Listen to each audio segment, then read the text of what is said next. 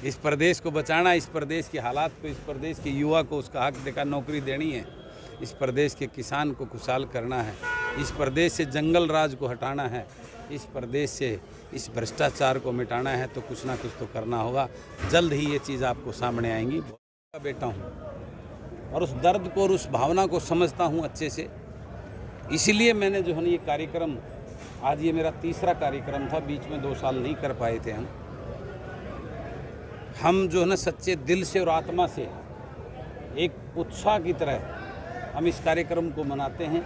उनको शहीदों को श्रद्धांजलि और नमन करते हैं, उन शहीद परिवारों का सम्मान करते हैं। तो उसी संदर्भ में आज ये कार्यक्रम हमने रखा हुआ है कि जो अधिकारी, पुलिस अधिकारी महम के अंदर बैठे हैं, उनका काम यहाँ के लोकल स्थानीय जो नेताओं की चाटुकारी करने के अलावा उनके अनेकों ऐसे मामले यहाँ पहले भी उजागर हो चुके हैं जिसमें वो पूरी तरह नाकाम और फेल हो चुके हैं। उनका काम करने का तरीका ही नहीं है। वो तो सिर्फ अपनी पोस्टिंग बचाने के लिए उनके बॉर्डर पे उनके परिवार के जो है ना पोस्टिंग है, बाद में यहाँ से नज़दीक पड़ता है, हफ्ते में 2-2 3 दिन वहाँ भागे रहते हैं, यहाँ वो अधिकारी रहते ही नहीं। इसी का परिणाम है कि यहाँ पर जो माहौल जंगल राज बनता जा रहा है। लेकिन इस बात को हम बर्दाश्त नहीं करेंगे। कल माननीय अनिल विज जी थे नहीं, मैं अभी उनको जो है ना अगले हफ्ते में अनिल विज से जाके पर्सनल मिलके उनको पत्र दूंगा, इस यहाँ की व्यवस्था, कानून व्यवस्था को दुरुस्त करके और ऐसे निकम्मे अधिकारियों को यहाँ से बदल कर अच्छे अधिकारी, ईमानदार अधिकारी यहाँ लगाने की मैं डिमांड करूँ। सर, नई प्रकार से राजनीति इतनी गंदी हो चुकी है, इसके पीछे कोई राजनीतिक षड्यंत्र भी हो सकता है। लेकिन मैं आप सब मीडिया के साथियों के सामने मैं उन षड्यंत्रकारी अगर ऐसा है तो उनको बताना चाहता हूं कि बलराज कुंडू के ऊपर किसी प्रकार का दाग लगाना इस जन्म में तो संभव नहीं है। वो इस बात को भूल जाएं। आपके पीए को भी कोई कॉल आई इसी तरह? उसके बाद मैं आपको बता दूं, उसके बाद मेरे पीए को भी उसी नंबर से इसी प्रकार की कॉल आ रही है, जिसका आज मैंने बोला है आज उनको भी वो अपना कंप्लेंट वहाँ पे पंचकुला में दे दें। तो उस बात से लगता है कि इसके पीछे कोई राजनीतिक षड्यंत्र भी, जो मेरे पीए का नंबर भी उनके पास है, मेरा नंबर है, तो मैं भी ऐसा हो सकता है कि ऐसा कोई राजनीतिक खेल मुझे बदनाम करने के लिए भी किया जा रहा है। पैसे की डिमांड भी की गई है क्या कोई? नहीं, मेरे से नहीं की गई। मैंने उससे पहले ही उस चीज़ को, उसको नंबर को ब्लॉक कर दिया। लेकिन उसकी बातें, जो लैंग्वेज थी, वो इसी प्रकार की थी। लेकिन मैं आपको फिर कहना चाहता हूँ, बलराज कुंडू को ब्लैकमेल करने की हिम्मत किसी में नहीं हो सकती है। और ये पहले ही मुझे ब्लैकमेल कहो, डराने की, धमकाने की, लोभ लालच की, उसको भी ब्लैकमेलिंग कहेंगे।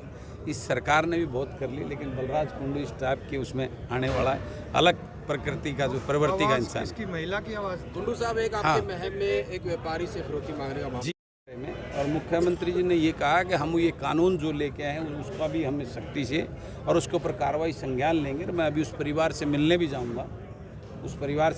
जाऊँगा, मैं, और निश्चित रूप से इस प्रकार के किसी घटना को हम, मेरे महम के लोगों के साथ में पूरी शिद्दत और ताकत के साथ खड़ा हूं। ऐसे गिरोह को यहां हम अपने लोगों को परेशान नहीं होने देंगे। एक सीसीटीवी महम में लगाने की एक योजना आई थी, राज्य सरकार मेल किया है, क्या है मामला पूरा? मैं एक फौजी का बेटा हूं और इतना दृढ़ और साफ सुथरा हूं कि मुझे कोई ब्लैकमेल नहीं कर सकता, ना मैं डरता हूं। उस बात को मीडिया ने एक दूसरे रूप में दे दिया। अगर आप उस मेरी चिट्ठी को पढ़ेंगे, उस चिट्ठी में मैंने इस हरियाणा प्रदेश के लोगों की चिंता करते हुए डीजीपी को चिट्ठी लिखी थी। मैंने अपनी कंप्लेंट नहीं लिखी थी, मैंने अपना डर व्यक्त नहीं किया था।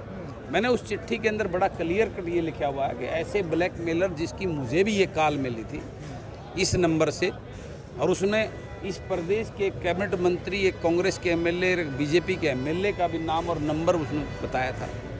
ऐसे दुष्ट गिरोह को, जो कल को किसी कॉमन मैन को ब्लैकमेल ना करे इस प्रकार से ये कॉल करके, ये साइबर क्राइम का बहुत बड़ा खेल है, उससे बचने के लिए डीजीपी को बड़ी कार्रवाई करने के लिए जो है ना, इस प्रदेश के लोगों की चिंता करते हुए और उनको एक संदेश, भाई इसका प्रचार करो कि कोई भी इस प्रकार की जो अनवांटेड जो है ना वीडियो कॉल आती है उसको ना करे, उसको ऐसे नंबर को ब्लॉक करे और ऐसे जालसाजों के जाल में ना फंसे, और उनके खिलाफ हमारी पुलिस सख्त कार्रवाई करके उस गिरोह को पकड़कर भांडा फोड़ करने। सर, आपके साथ ये घटना कब हुई? मैंने उसमें लिखा नहीं, परसों रात की बात है। परसों रात को हुई थी, 2-3 दिन से कॉल आ रही थी, तो मुझे कॉल आया, तो उसी टाइम रात को ही मैंने आलोक मित्तल सीआईडी चीफ हैं, उनसे बात की, डीजीपी का नंबर बंद था। और बात करने के बाद कल सुबह मैंने जो है ना अपनी रिटर्न में डीजीपी को ये विषय अवगत कराया कि ऐसा ऐसा खेल है, इस प्रदेश के लोगों को इस प्रकार के उसमें चुगल से बचाने, इस प्रकार ब्लैकमेलर ना हो कोई, उससे बचाने के लिए वो लेटर मैंने लिखा। समारोह, रक्षक सम्मान समारोह आयोजित किया मैम जी तो सम्मानित किया है जी। शहीद परिवारों को, सैनिकों को, तो क्या कहना चाहिए? देखिए, आज हम जो आज़ादी की सांस ले रहे हैं, या जो आज भी हम जो है ना अपने आप को सेफ महसूस कर रहे हैं, ये सब फौज की, आर्मी फौज की वजह से है। और आज का दिन शहीदी दिवस, भगत सिंह, राजगुरु, सुखदेव, जिन्होंने अपने प्राणों की आहुति देकर वो चिंगारी इस देश में लगाई थी, जिनकी बदौलत हमारे देश को अंग्रेज़ों से मुक्ति मिली और हमारा देश आज़ाद भारत। और उस आज़ाद भारत की रक्षा करने के लिए हमारी फौजों ने दिन रात पहरेरी बनकर इस देश को बचाने का काम करती हैं, इस देश को आगे ले जाने का काम उनकी बदौलत हो रहा है। और उस फौज के अंदर हरियाणा प्रदेश का जो भागीदारी है वह 10% से ज़्यादा है। ये हमारे लिए गौरव की बात है, हमारे लिए सम्मान की बात है। और उस सम्मान को अगर हम उन फौजी परिवारों को, उन वीर नारियों को, उन शहीदों के परिवारों को अगर इस शहीदी दिवस पर अगर हम सम्मान नहीं देंगे तो ये लानत है।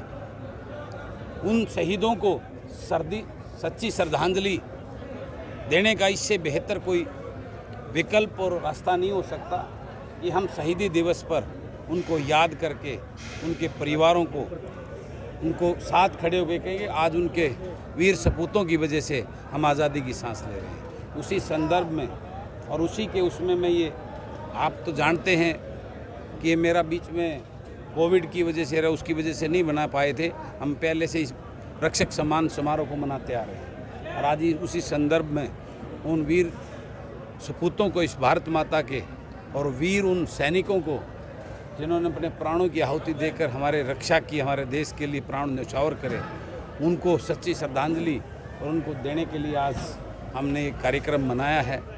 और उसी संदर्भ में आज ये आपने देखा कई हज़ार की संख्या में शहीदों के परिवार आज यहाँ इकट्ठे हुए, हम सब ने मिलकर उन शहीदों को याद करें।